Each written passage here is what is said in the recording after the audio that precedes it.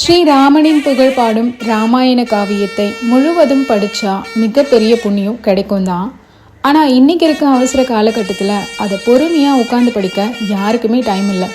இப்படி ஒரு காலம் வரும் அப்படிங்கிறத முன்கூட்டியே தெரிஞ்சு கொண்டதாலவோ என்னவோ காஞ்சி மகா பெரியவர் அப்படின்னு அழைக்கப்படும் சந்திரசேகர சரஸ்வதி சுவாமிகள் அந்த அரிய பொக்கிஷத்தை வெறும் 10 வரிகள் கொண்ட பாடலா உலகத்துக்கு அருளியுள்ளார். அந்த பாடலானது ஸ்ரீராமம் ரகுகுல திலகம் சிவதனு சாக்ரிஹத சீதா ஹஸ்தகரம் அங்குல்யா பரண சோபிதம் சூடாமணி தர்சனகரம் ஆஞ்சநேய மாஸ்ரயம் வைதேகி மனோகரம் வானர சைன்ய சேவிதம் சர்வமங்கல காரியானுகூலம் சததம் ஸ்ரீராமச்சந்திர பாலயமாம் ஸ்ரீராம் ஜெயராம் ஜெய் ஸ்ரீராம். இந்த ஸ்லோகத்தை தினமும் எத்தனை முறை வேணும்னாலும் பாராயம் செய்யலாம்.